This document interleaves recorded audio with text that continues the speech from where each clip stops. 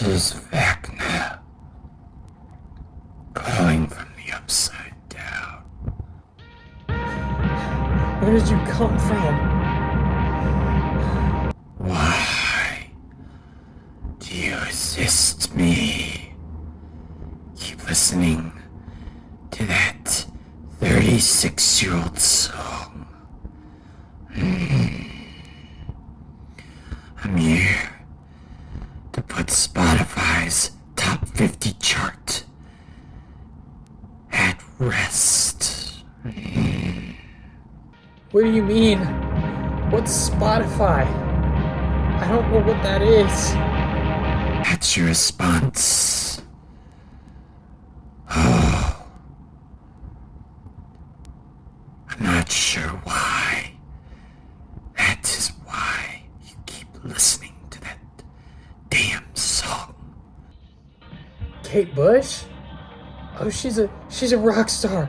Just leave me alone. Please. I'll do anything. I don't even know what this streaming service is you're talking about. We don't even know what is streaming? I just want your suffering to be at an end.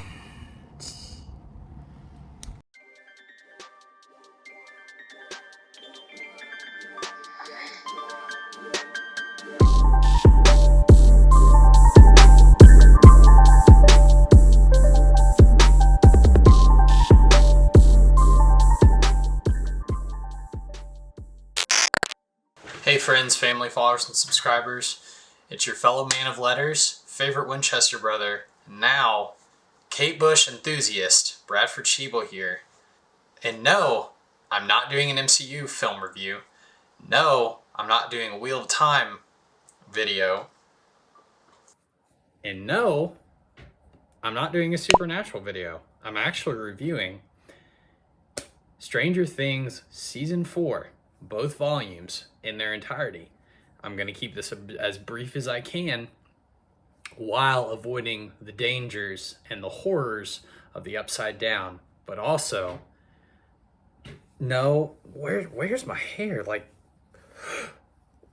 oh no, I'm back in Hawkins' lab. I knew that Vecna creep was up to no good. Oh goodness, we just need to get this over with so we can just be running up that hill and hear about the deal that we're making. So let's just dive in. I mean, come on, folks. That's all we can do, right?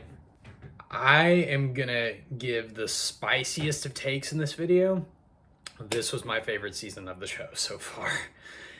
Yes, it was bloated. Yes, it was long. Yes, it was full of stuff that probably shouldn't have been there. And yeah, Mike Wheeler and Will Byers and Jonathan Byers kind of got put in the back seat for the majority of the season. But hey, I was a fan of this season. I loved it. And truly, in typical Bradford Schiebel fashion, I love the divergent storytelling. This season was jam-packed of some emotional heft, but also incredible storytelling choices. Really well done reveals, and some of these episodes just had incredible pacing. Production budgets were unbelievably astounding and beautiful, and the character development that we had from some of our new favorite characters, at least for me, was unbelievable. I'd like to give specific shout outs to Sadie Sink, Millie Bobby Brown, Noah Schnapp, and Jim Harbour. Those were my 4 standouts. Oh, and Jamie Campbell Bower, newcomer for this season. Those were my 5 standout actors, actresses for this year. But if I had to pick one of those 5, I'd have to go with Sadie Sink. Max Mayfield is one of the 2 most tragic characters on this show.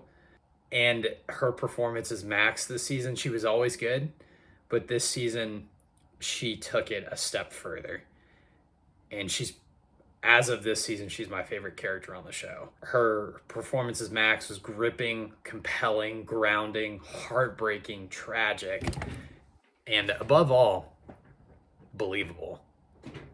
When you think about people that you've lost, and when you think about trauma that you might have been through yourself, and then you see a character on screen experiencing that, something really special and something really compelling brings you into that character's mindset and also brings you into that world. And I think that's something Stranger Things does really, really well. This season was no exception to that. And while I'm kind of all over the place here, I think this season was truly where Stranger Things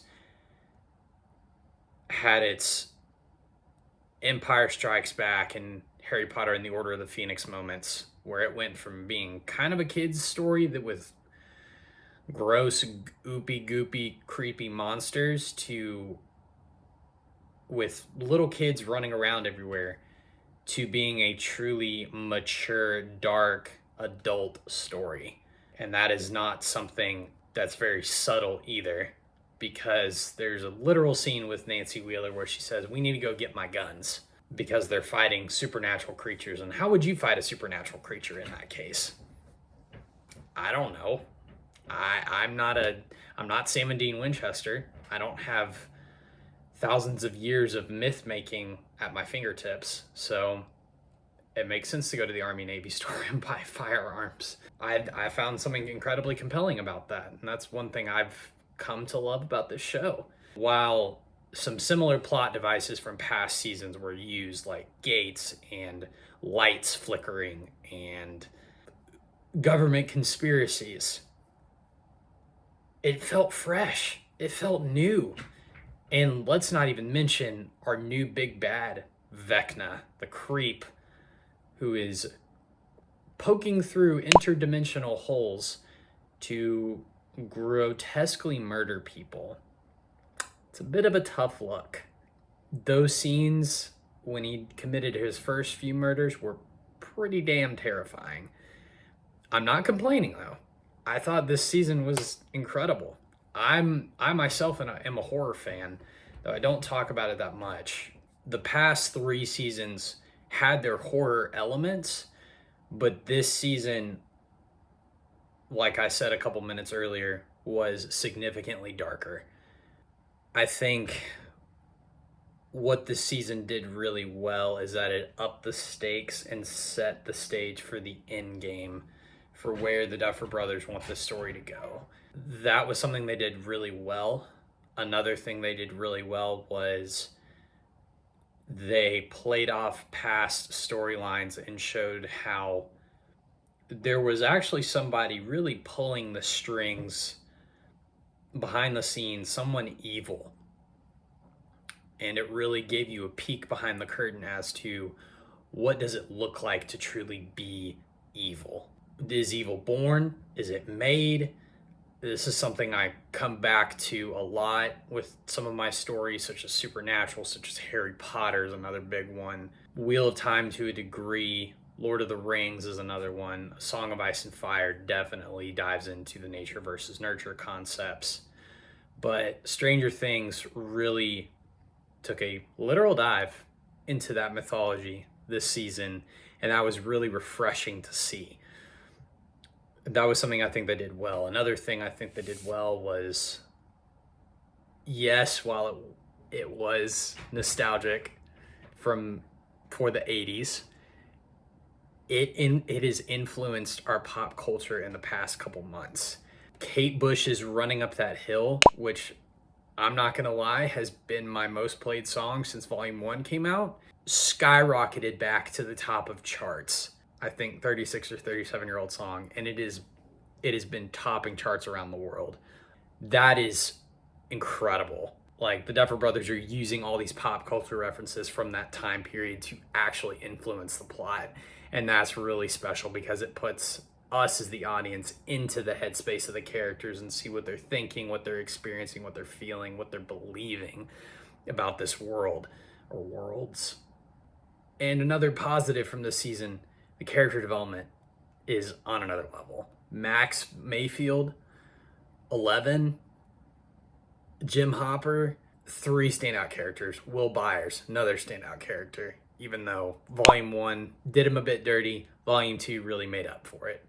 I could not get enough of the bickering between Steve, Dustin, and Robin. I think the 3 of them in the same room is comedy at its best, especially Robin. Robin's an icon. While there's not that many of them that are critiques of this season as a whole, Stranger Things has always been really good about laying subtle details in the background to build up their plot.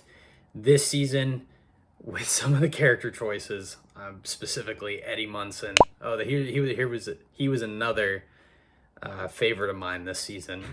Man, pulled some heartstrings. His character arc, as it's wrapping up in the final episode, the production team kind of laid on the accelerator in terms of the very obvious character development choices that I think were a little head scratching. They hit us over the head with, oh, he's growing in courage. There could have been a much subtler way to do that other than flashbacks that we had just seen like 5 seconds earlier when he's making some choices to save the Hawkins crew.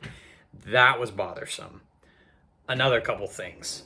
The side plot with General Sullivan, or whatever his face was, I could have done without that. It was too much, not needed.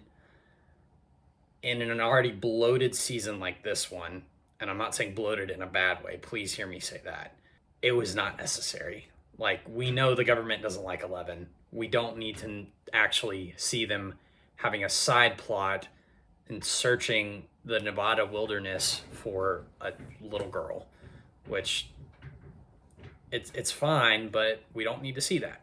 And then also, why was a helicopter like flying above a secret base and 11's standing there, and we know she's going to pull the helicopter down because it's against her and they're trying to shoot at her?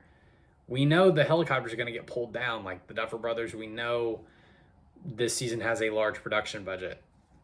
That's not subtle. We don't need you to flex. We just need you to tell a good story. Another thing I wasn't the biggest fan of, when you set up the stakes for the story, I didn't really feel like there were some things that paid off as well. Millie Bobby Brown has come out and said, like, the Duffer Brothers need to kill off more characters, and they defended themselves by saying, quote, "This is Hawkins, Indiana, not Westeros," end quote. I kind of agree with Millie Bobby Brown.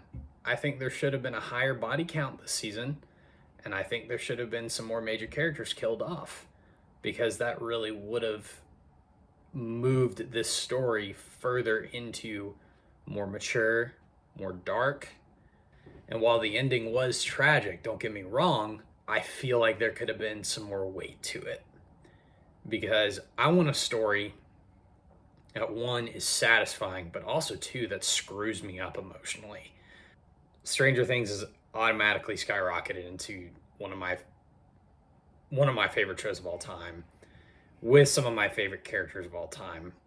And also, season 4 has now become one of my favorite seasons of television ever. And I've watched a lot of TV. Those are some of my complaints. And also, the pacing in some of the earlier episodes is a little jarring. I didn't know this until I started rewatching the season. Some of the transitions between storylines just really feel tonally abrupt. Like, for example, switching back and forth between the California crew and the Russia storyline, primarily with Hopper in prison. It just felt really jarring because tonally the Russian storyline was very dark, it was very bleak, it was very sad, and the California crew, Surfer Boy Pizza Van crew, are kind of just kicking it back and having fun. And I mean, they're on a mission, but they're having fun. And switching back and forth between those two storylines just felt very abrupt and just not needed. Why didn't Lucas stay with the jocks for longer? That's a spoiler. But he needed to stay with the jocks longer. I think that would have made more sense. And also, while I really, really loved Vecna as a character and his motivations as a villain, I think world domination and just this thirst for power that's one of the oldest motivations in the book. Pick something new, dive into why he wants that power, dive into what got him to that point, add some layers, add some nuance to his story to make him a more compelling villain. And while they did do that, don't get me wrong, he's a very layered villain, and I appreciate that. And he's menacing and he's terrifying. Add some more layers to his character. I don't think there were enough layers. You could have shown his backstory as, spoiler, Henry Creel. Why did he suddenly want to kill his family? How did he get his powers? Was there bad blood between him and his father? Was there bad blood between him and his mother? Was he bullied at school for being different? Why didn't we dive into any of that instead of it just being, oh, Henry Creel is evil and he likes to control things? That's okay, fine, but how did he get to that point? And then maybe I'll have a better time believing why he wants to control humanity and he wants to control Earth and sees human beings as predators. Otherwise, it's just like, oh, he's just a one-dimensional villain that's creepy and terrifying, but doesn't have any real reasons as to why he's menacing and power-hungry. He just is. I don't want another mustache-twirling villain. I'm kind of sick and tired of those types of villains. I want somebody who's a little bit more layered, complex, relatable, compelling, human, but also terrifying. I want those types of villains. I think those are what help craft a good story. So those are some of my initial thoughts. I cannot say enough about these characters. I cannot say enough about this story. I cannot say enough about what it now means to me as a storyteller. Oh my gosh, these actors and actresses are just, they've really come into their own. And I cannot shout out Sadie Sink enough. Sadie Sink, Millie Bobby Brown, Joe Harbour, Noah Schnapp, and Jamie Campbell Bower really stole the show this season. And I cannot give them enough praise. So all in all, I give this season, I'm not going to lie, it's a 9.7 out of 10. Highest praise. While there were some things I still would have changed, this was a fantastic season of television and fantastic storytelling all around. Did not mind the longer episodes. Loved it. Almost wish we got more of it.